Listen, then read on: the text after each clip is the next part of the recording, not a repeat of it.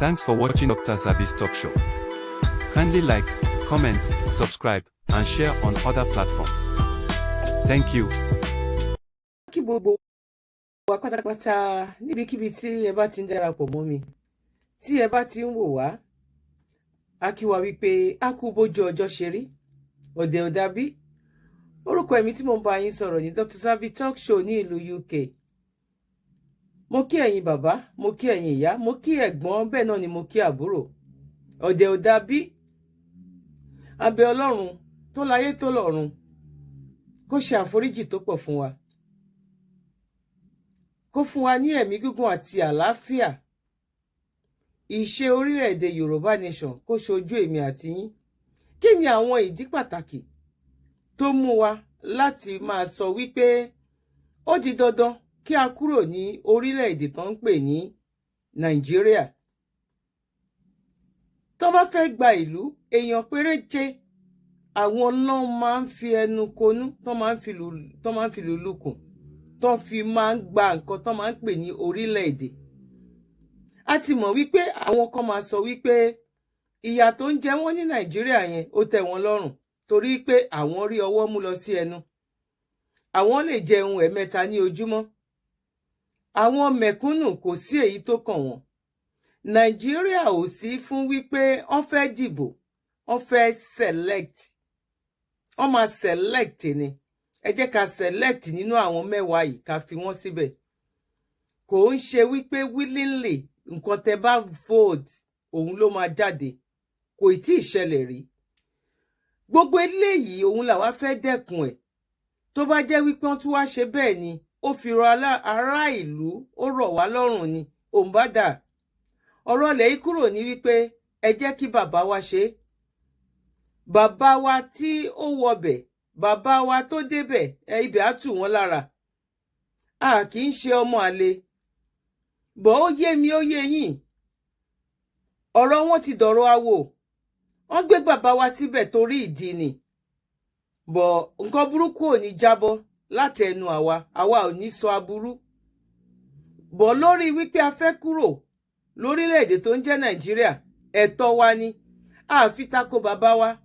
Ẹnikẹ́ni yòówù tó bá débẹ̀, àwa sì máa dúró lórí wípé àníkẹ́ pín wa torí pé a kì í ṣe ìran kan náà. A wọṣọ kan náà. A hùwà kan náà. A jẹun kan náà. A ń ṣe nǹkan kan ò pa wá pọ̀, òyìnbó ló dé tó dà wá pọ̀. Ìyà tó dẹ̀ fi ń jẹ wá yìí ó pọ̀. 80% lórí gbogbo nǹkan ọrọ̀ ajé àwọn náà ní 20% tó kù òun náà fún wa pé ká máa pín mọ́ra wa lọ́wọ́. Gbogbo nǹkan tá à ń sọ ìlà àwọn olórí wa mọ̀. Ẹ má rò wípé torí pé bàbá wa ti wá débẹ̀ tán, a fẹ́ sọ wípé irọ́ o, ẹ jẹ́ a dúró ní wọn Nàìjíríà. Àmọ́jọba tó máa débẹ̀ tó máa gbà fún wa o. Kí Ọlọ́run kó ṣe dáadáa fún èmi àti yín níbikíbi tí ẹ bá ti ń gbọ́ mi. Ojú tẹ́ fi ń wò mí ò ní fọ́. Màá play fídíò náà fún yín sìn kí ẹ gbọ́rọ̀ tí ọ̀jọ̀gbọ́n Délé tí wọ́n sọ jáde. Ẹ̀yin nìkan kọ́ ni ọ̀rọ̀ yìí sú. Ó sú onílé, ó sú àlejò. Wọ́n bá gbéra wọn lọ sí court. Wọ́n bá gbéra wọn lọ sí international court. Wọ́n ti mẹni tán máa gbé síbẹ̀. Tẹ́ bá ṣe wo fídíò yìí, ẹ dákun ẹ dábọ̀, ẹ̀yin náà fi kọ́mẹ̀ntì yín sílẹ̀. Ẹ bá wa share. Ní jẹ́ kó pọ̀ rárá. Ẹ ṣé gan ni. God bless. Ẹ tẹ̀lé mi ká lọ.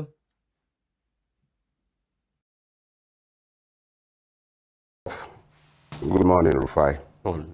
You know, we bandy a lot of words around in our country, and they really mean what the originators of those words intended when they were coming together.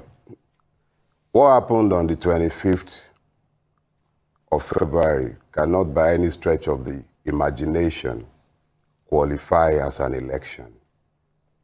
And I speak to the way Inec systematically stole the right of the Nigerians, and the prof broke every word that he gave to Nigerians sometime last year. I remember that press conference where he famously touted the prowess of Inec and the sanctity of the election conducted based on beavers.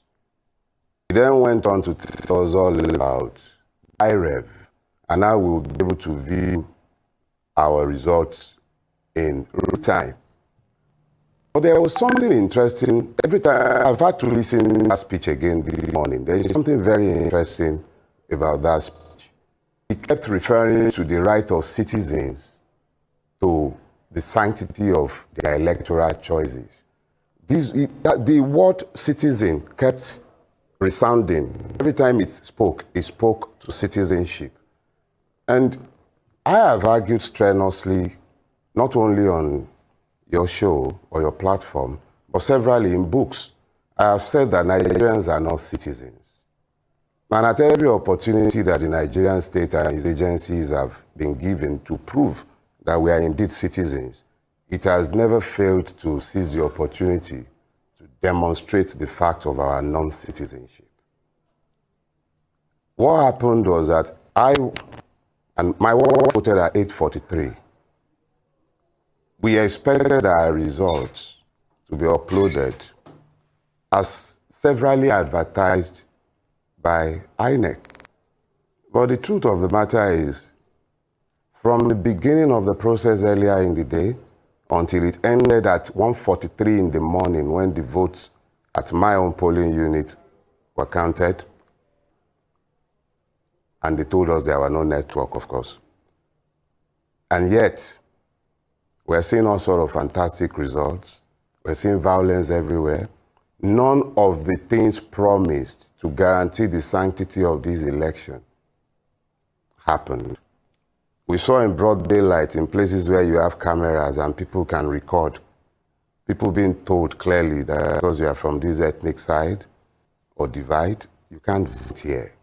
Whether the person might even have wanted to vote their preferred candidate, they were unwilling to even consider that. The fact of your ethnicity simply meant that you could not vote because the state had abandoned those who should be citizens to those to whom it has subcontracted the governance of the state. And you see the police standing right there, not saying a word in protection of those who should be citizens. Let me be clear. I am going to be 55. I've seen a few elections. The closest I've seen to what they are calling election right now was the 1983 election. I will tell you this, and I reiterated as much yesterday at the press conference. We gain nothing by violence. Those who have done this always expected that the aggrieved would either go to court or go on the street, or they will do both. We are not going to the street. We are not going to the street. But we are clear that what emerged yesterday, those who are lawyers who speak Dogon Turenchi and quote all the relevant sections, I'm a retired lawyer and I'm not interested. I have no confidence whatsoever in the capacity of the judiciary to bring about anything called justice out of this mess that was conducted yesterday. My point is very clear. The Nigerian state should simply tell us that we are not citizens.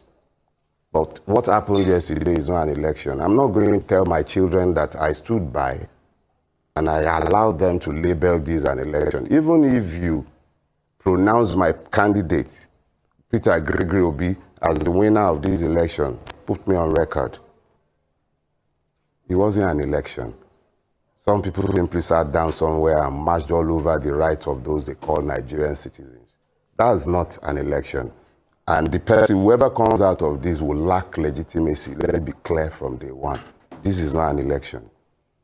It's not an election. Well, nothing legitimate can be battered by that fraud.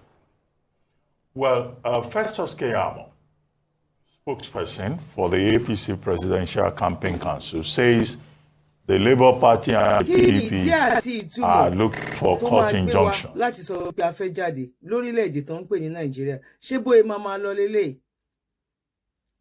Báyìí kọ́ ni ó máa rí lọ. Gbogbo ìṣòro tí wọn ò bí wa mọ́. Gbogbo ìṣòro tí wọn ò dá mọ́ wa o. Àwa ọmọ Yorùbá. Lórúkọ Elédùmarè. Mo fọwọ́ sọ̀yà pé báyìí kọ́ ni ó máa rí lọ lágbára Ọlọ́run tó láyé tó lọ́run, Ọlọ́run Elédùmarè. Tí àwọn orísun wa ń pè ní Ọlọ́run tó jẹ́ pé òun ni ọba àwọn ọba, báyìí kọ́ ló máa rí lọ fún wa. àwa ò bá ìran wa jà, àbá bàbá Bọ́lá Ahmed Tinubu jà. A mọ̀ wípé anybody tó bá wà nínú tó bá ń ṣe politics, tó bá wà nínú àwọn politicians yẹn, ó lè fi ọmọ ẹ̀, ó lè fi ìyàwó ẹ̀, ó lè yọ̀ǹda ẹ̀ láti ṣe, ó lè yọ̀ǹda orísun, ó lè yọ̀ǹda láti ṣe.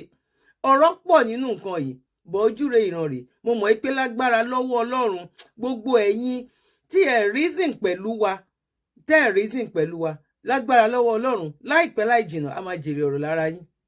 Láìpẹ́ láì jìnnà, díẹ̀ báyìí ló kù, kékeré báyìí ló kù, a máa jèrè ọ̀rọ̀ ní ara yín. Ẹ̀yin tẹ́ bá ti ń bá mi bọ̀ láti ọjọ́ tó ti pẹ́, gbogbo ìgbà tí ó ń sọ, àwọn ẹlẹgbẹ́ mi tó ń sọ kò ní síbò, mo máa ń takò wọ́n pé èmi ò sọ wípé bò máa wà, mi ì dẹ̀ sọ wípé ìbò ò ní sí, bọ̀ mo mọ̀ pé nínú Yorùbá nation a máa gbà ní agbára lọ́wọ́ Ọlọ́run. A bá bàbá wa yọ, bàbá wa ni bàbá wa máa jẹ́, bọ̀tí nǹkan táwa fẹ́ òun la máa dúró lé lórí wípé àfi kán ṣe kí ni, àfi ká lọ. Mo kí gbogbo wa pátápátá lẹ́ẹ̀kan sí wípé a kú bójú ọjọ́ ṣe rí, kò ní sú wa, kò ní rẹ̀ wá lágbára lọ́wọ́ Ọlọ́run. Yorùbá nation no going back, a ní padà sẹ́yìn. A máa débẹ̀, ó ń ṣọmọ olókùú bẹ́ẹ̀ ni, ọ̀ní sí pẹ̀lú òkú ẹ̀. Ṣé gbọ́ nǹkan tí olóyà ni gbogbo wa pátápátá la mọ̀, ẹ gbọ́ nǹkan tó sọ. Wọ́n gbé wọn lọ sí court gan, ó ní kò sí